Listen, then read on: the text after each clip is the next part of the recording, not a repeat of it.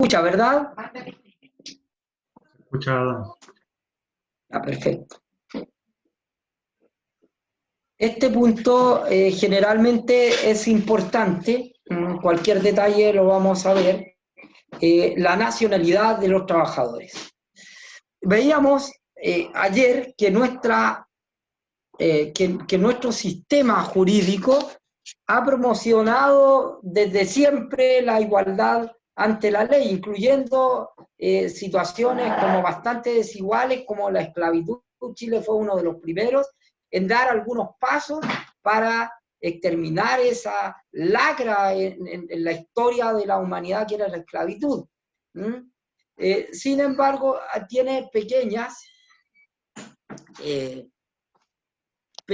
discriminaciones, más allá de que Chile, desde el punto de vista social, tiene uno de los países más desiguales del mundo, pero desde el punto de vista jurídico, es decir, de la igualdad formal ante la ley, se supone que por lo menos las leyes no hacen grandes discriminaciones. Y salvo, cosa que también es algo común, tampoco es algo extraño, de que los países tengan algunas diferencias en materia laboral. Entonces, la nacionalidad de los trabajadores es un tema que le importa al legislador chileno. Proteger, y precisamente para evitar que en el fondo se llene de otros trabajadores y eso provoque un problema social. Entonces, ¿cuál es? Una de esas normas es que el 85% de los trabajadores tienen que ser chilenos. Sin embargo, este 85% no es en bruto. ¿Por qué? Porque no se toma en cuenta, o sea, primero se toma en cuenta todos los trabajadores que un empleador tenga. O sea, si tiene 200 trabajadores, el 85% serían 170, si no me equivoco. Se excluyen los técnicos especializados. Obviamente, si la única persona especializada que hay es extranjero, no se le va a exigir que el 85% sea chileno. Y además de eso, la situación de los que tienen hijos chilenos o están casados con chilenos también. Ahora, para efectos, todo esto, como veremos, también no afecta a las personas que ya tienen residencia definitiva, la que obtienen después de hacer los trámites respectivos y después de los 5 años en el país. Disculpen, pero la letra aquí me está traicionando y tengo que acordarme. El Estado chileno establece 4 tipos de visas para ingresar al país. La primera es la visa temporaria. Esta visa habilita para trabajar con cualquier empleador. Y también puede, mientras tenga esta visa, solicitar permiso para trabajar, ¿ya? La segunda visa es la sujeta a contrato. Esto es sumamente escaso. Es la situación en que el empleador chileno manda a buscar al trabajador a otro país. Es una situación riesgosa, porque la ley establece que en caso de que el empleador despida a ese trabajador, debe pagarle el pasaje del trabajador y de su familia de vuelta. Lo mismo internamente, pero cuando obviamente viene desde fuera es mucho más complicado. La tercera posibilidad es con visa de estudiante.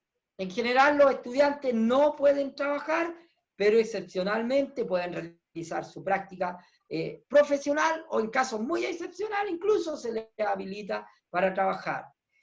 Situación similar en la cuarta visa, que es de turista.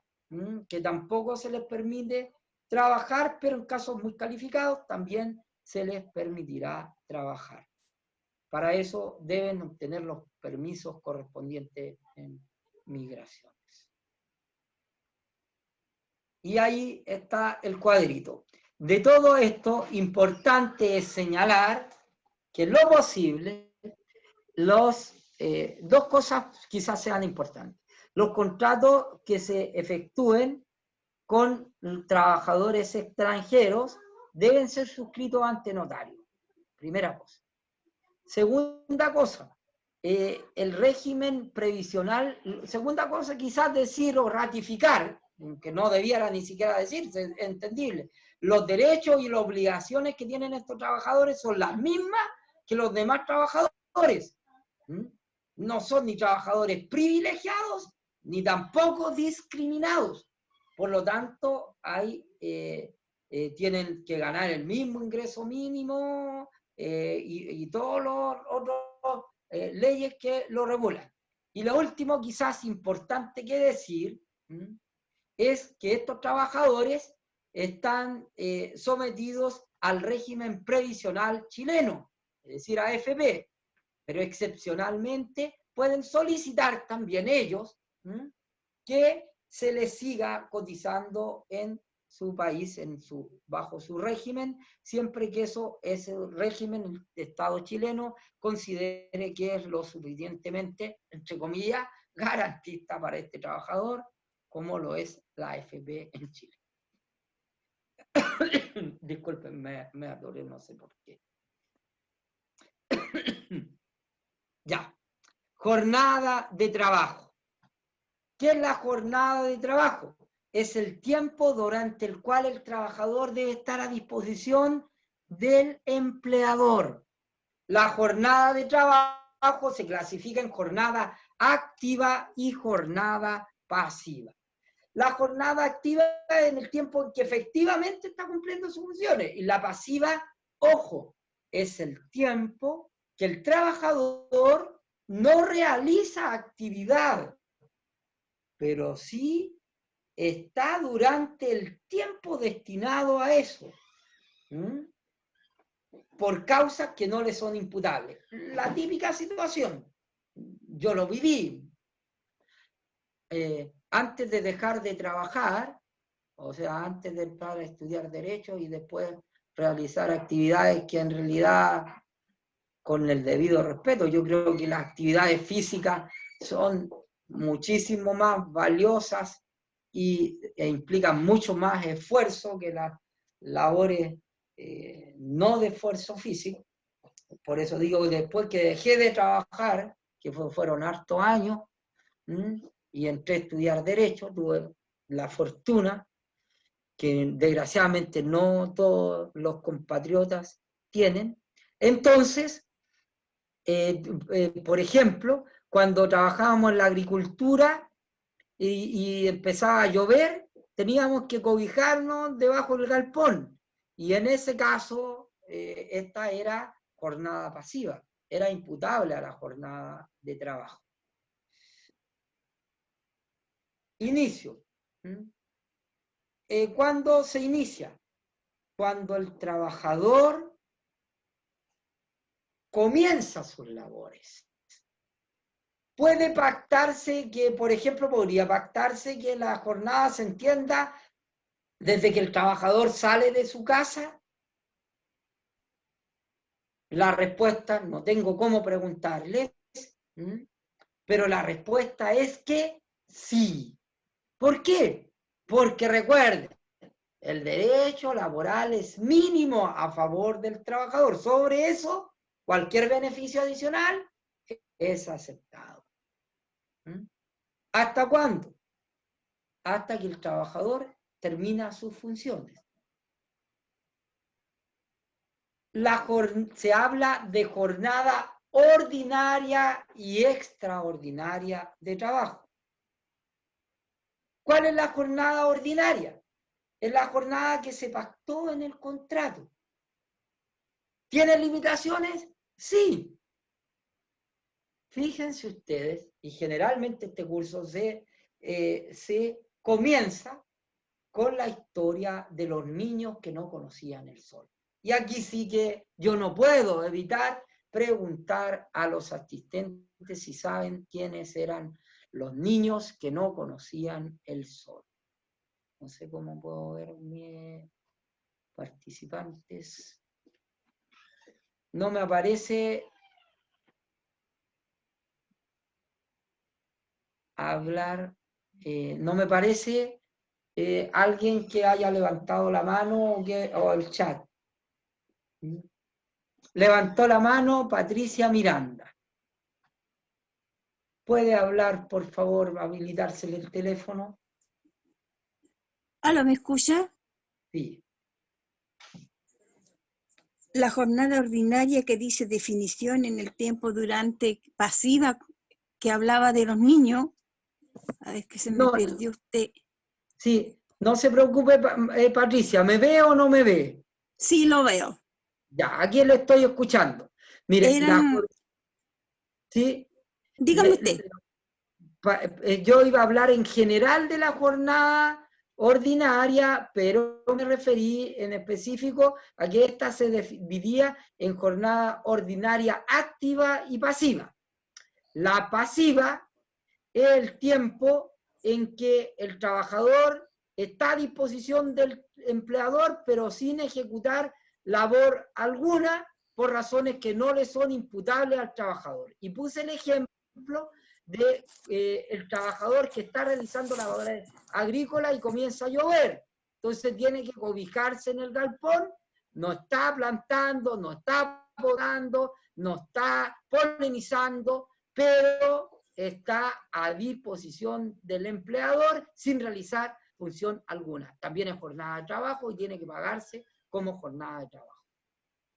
¿Ya? Se le toma en consideración igual, porque si, Exacto. a ver, le explico, si los trabajadores están dentro de una empresa y se acabó la producción, hay que esperar que llegue la producción y ellos se retiran y esperan que llegue la producción, pero están dentro de la fábrica o donde están trabajando.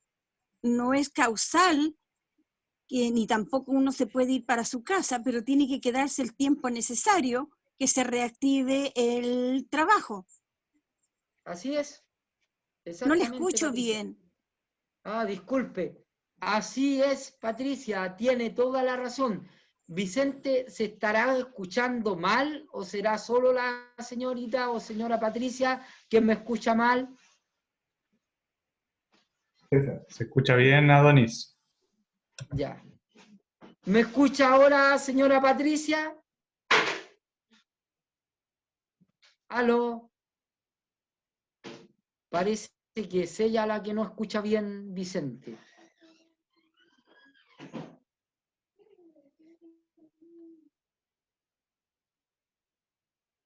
¿Qué hacemos?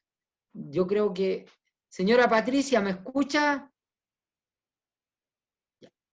Vamos a tener que continuar y si me recuerda me hace la pregunta por el chat, entonces yo se la respondo también por ahí, ¿ya? Ya. Bueno, vamos, ¿sí?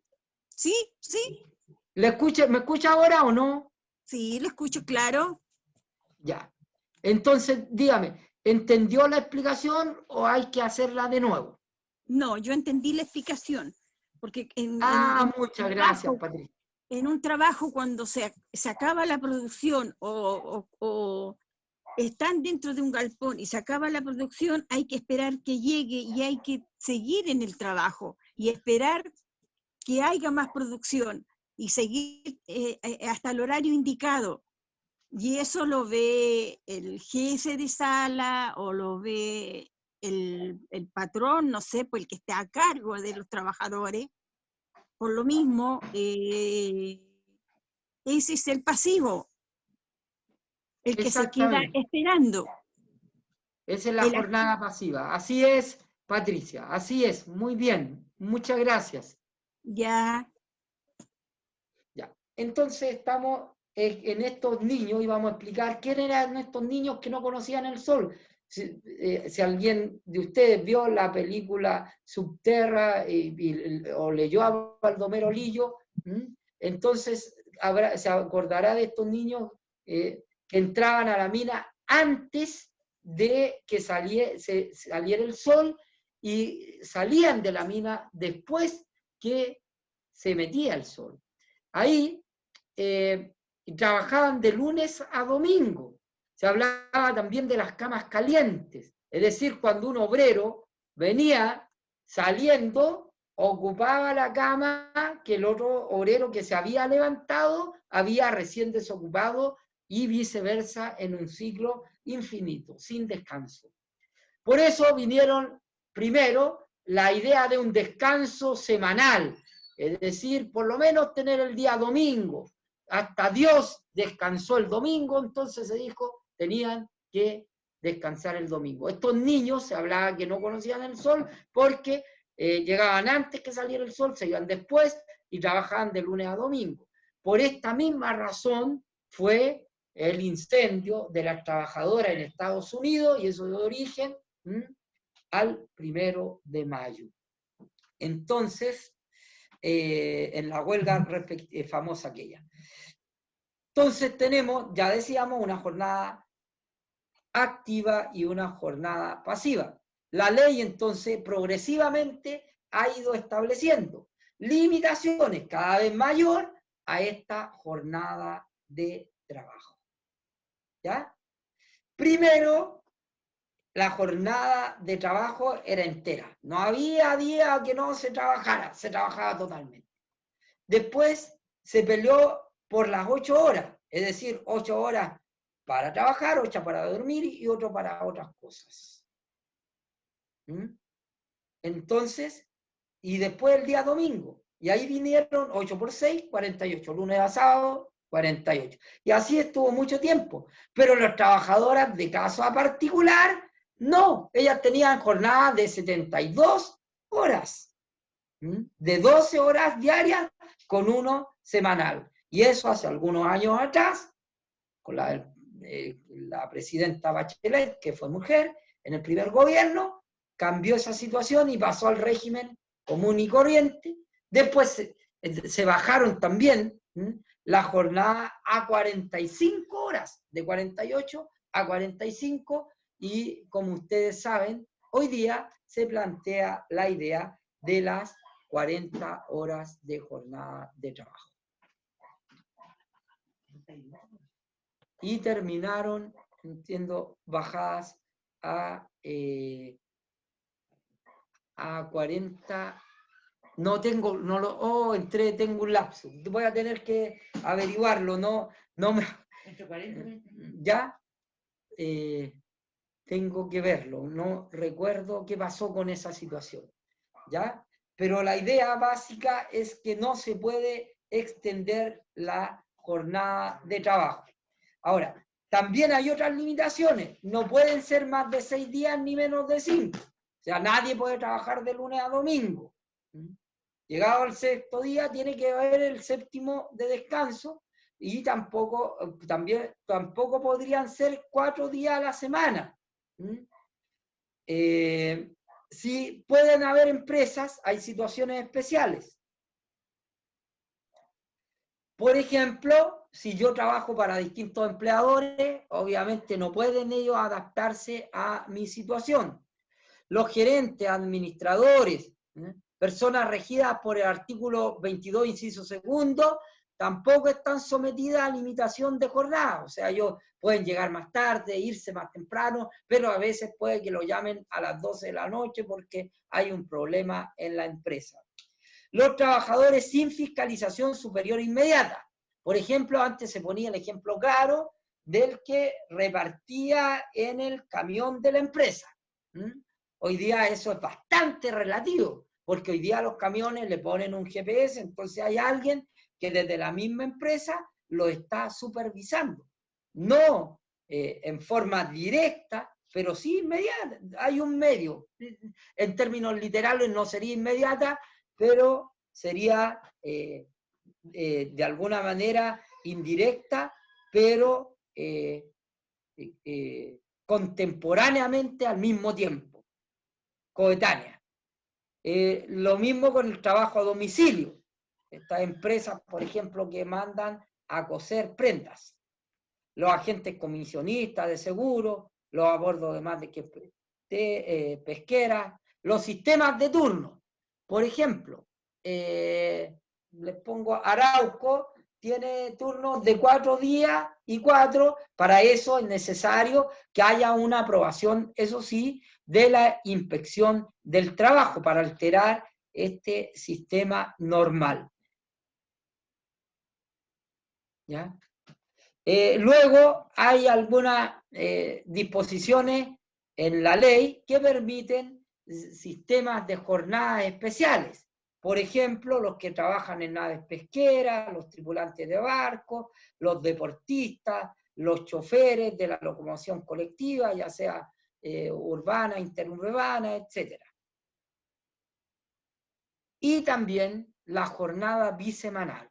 De alguna manera, hasta cierto punto, los trabajadores mineros a veces aplican modelos similares a la semana, a la jornada semanal. Es decir, se puede trabajar 2 semanas seguidas sin descanso, pero al término de esas 2 semanas se le dan tantos días de descanso como correspondan. O sea, debieran en principio trabajar 12 días y 3 de descanso, pero si además de eso hay días adicionales, se podría aceptar, o sea, habría que agregarle además ese día adicional. La jornada, todo esto que hemos hablado, es la jornada ordinaria. ¿Cuál es la jornada extraordinaria? Toda la que no es ordinaria, todo lo que el trabajador trabaja por sobre la jornada ordinaria es extraordinaria. ¿Cuál es la importancia de esta jornada extraordinaria? Que se paga el 50% más. ¿Se puede pagar el 100% o el 75%? Sí, porque ya decíamos que sobre el mínimo que establecía la ley a favor del trabajador puede pagarse todo lo que se estime conveniente. Los descansos. En realidad, este término es más omnicomprensivo, porque el primer descanso que tenemos es el descanso semanal, que ya lo hemos enunciado.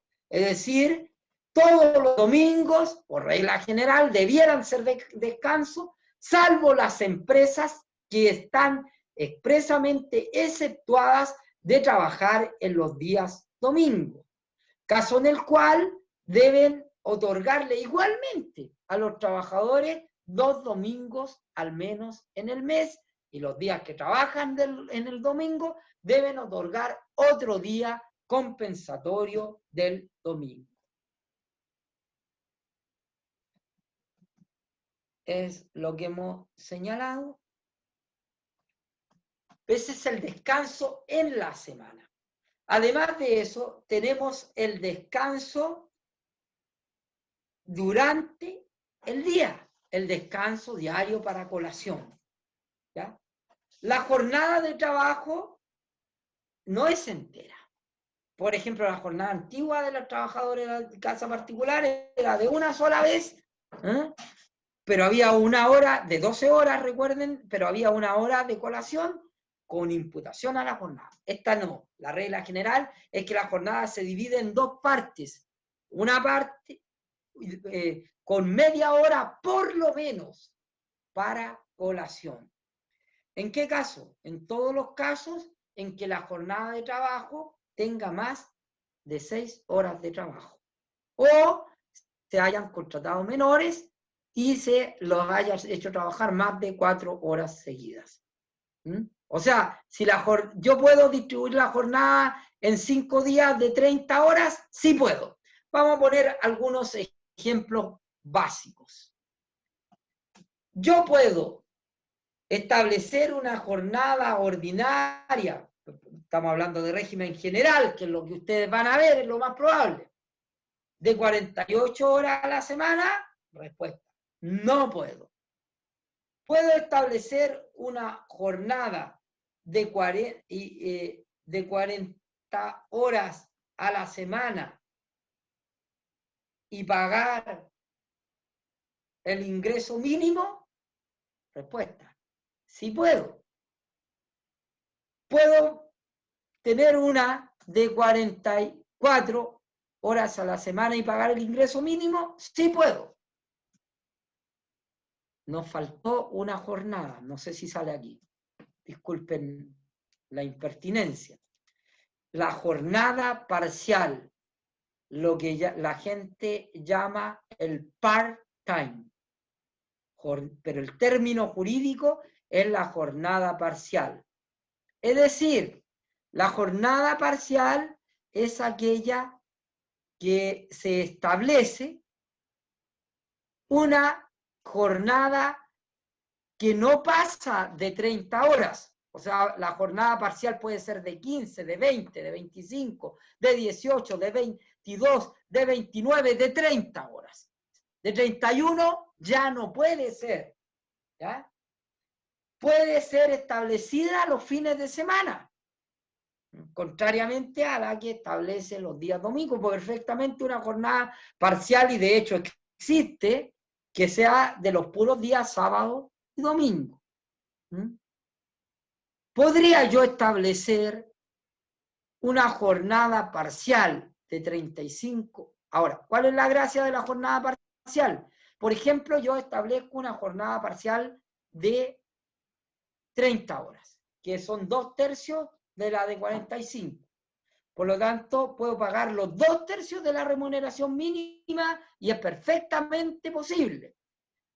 Pero puedo hacer una de 40 horas y pagar 9, serían 8/9 de la remuneración, es decir, el proporcional del ingreso mínimo. Respuesta, no puedo, porque la jornada parcial, lo máximo que me permite son 30 horas.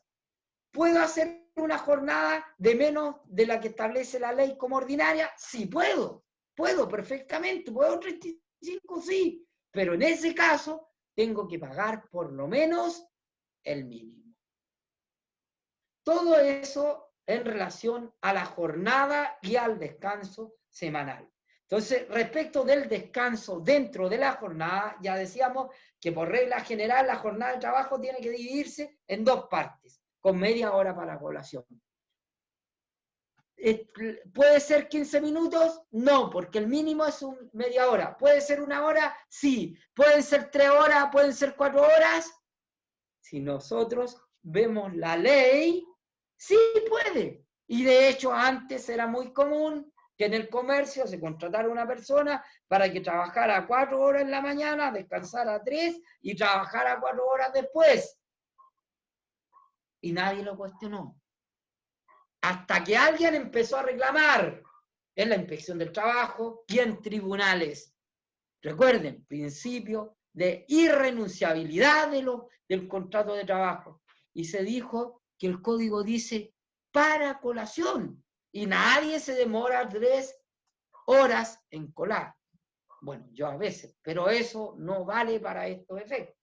Entonces, hay un plazo razonablemente superior a media hora, pero no irrazonablemente superior.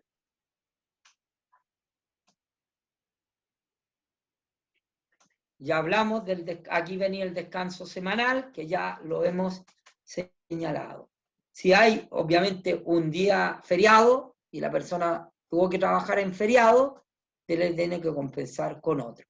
El feriado irrenunciable. Hay ciertos días, Navidad, Año Nuevo, fiestas patrias, que son irrenunciables. Es decir, el trabajador, a pesar de que firmara lo que firmara, no puede trabajar esos días. ¿Desde cuándo se entienden? Desde las 21 horas anterior al que se inicia el día y hasta las 6 horas posterior al mismo. Ahí está. Ya veíamos las excepciones al descanso semanal, lo mismo que a la hora extraordinaria. Se me olvidaba algo más de las horas extraordinarias. Las horas extraordinarias deben pactarse, o cuando sean para reparaciones urgentes o casos fortuitos, ahí también se pueden realizar sin pactarse, pero mientras dure el caso fortuito, en casos distintos deben pactarse expresamente, son formales. ¿Ya? Excepciones al descanso, también dominical, también las reparaciones urgentes.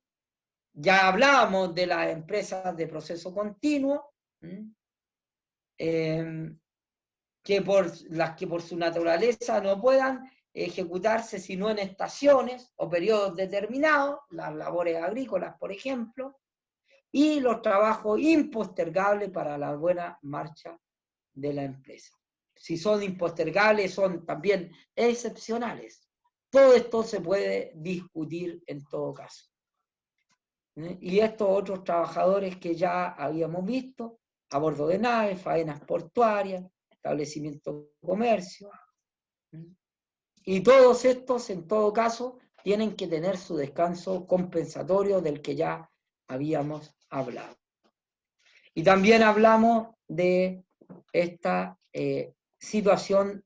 Entonces, como resumen, hay un descanso dentro de la jornada, media hora mínima, razonablemente máximo, semanal, todos los domingos, como dice la cumbia, todos los domingos, salvo las empresas exceptuadas, y un descanso anual o de vacaciones.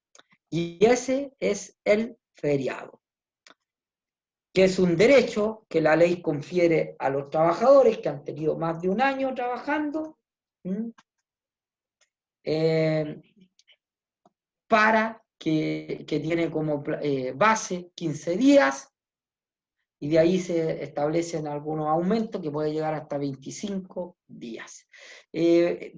Como quedan 3 minutos, dejaríamos estos minutos para preguntas.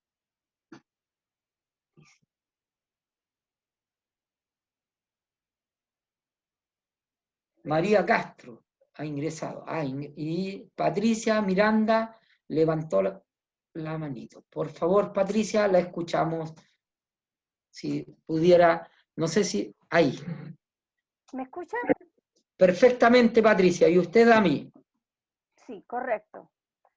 ¿Qué pasa cuando el empleador tiene al trabajador sin las vacaciones anuales y se las acumula y después le dice, pucha, tómate unos días, pero no se las da legalmente, como en muchos trabajos pasa?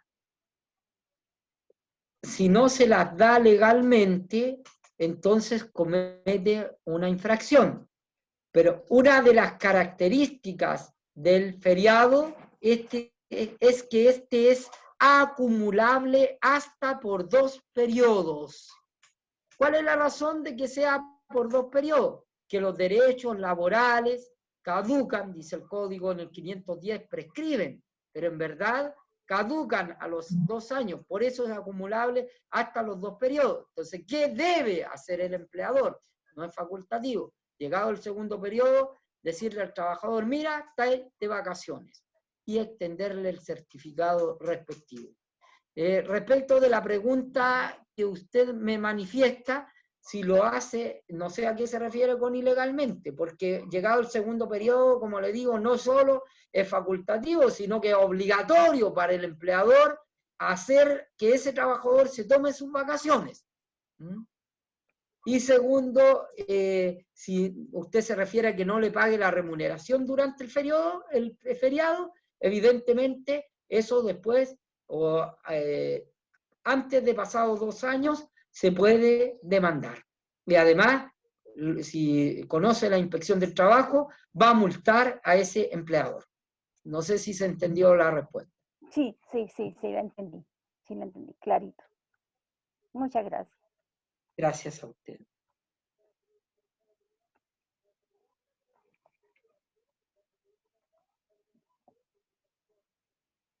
¿Alguna pregunta más?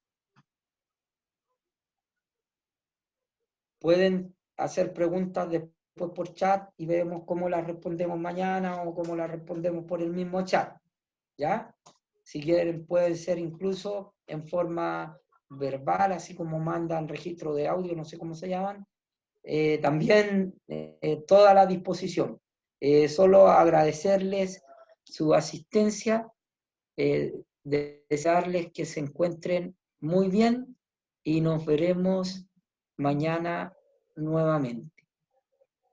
Que estén muy bien.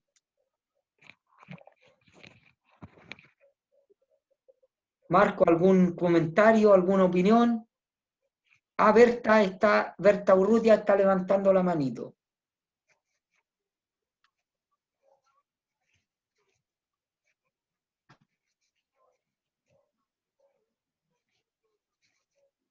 Marcos,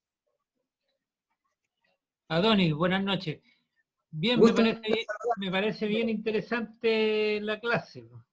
Hay harta cosa que ciertamente que en una jornada como esta no alcanzan a quedar absolutamente claro, así que me parece súper bien que lo que les acaba de decir, si tienen dudas, que no duden en escribirnos y para poder responderle a cada uno tranquilamente según la inquietud que tenga o la duda que le haya quedado. Ya pues.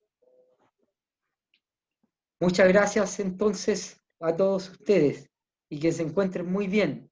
Hasta mañana, nos vemos. Chao, buenas noches, hasta mañana.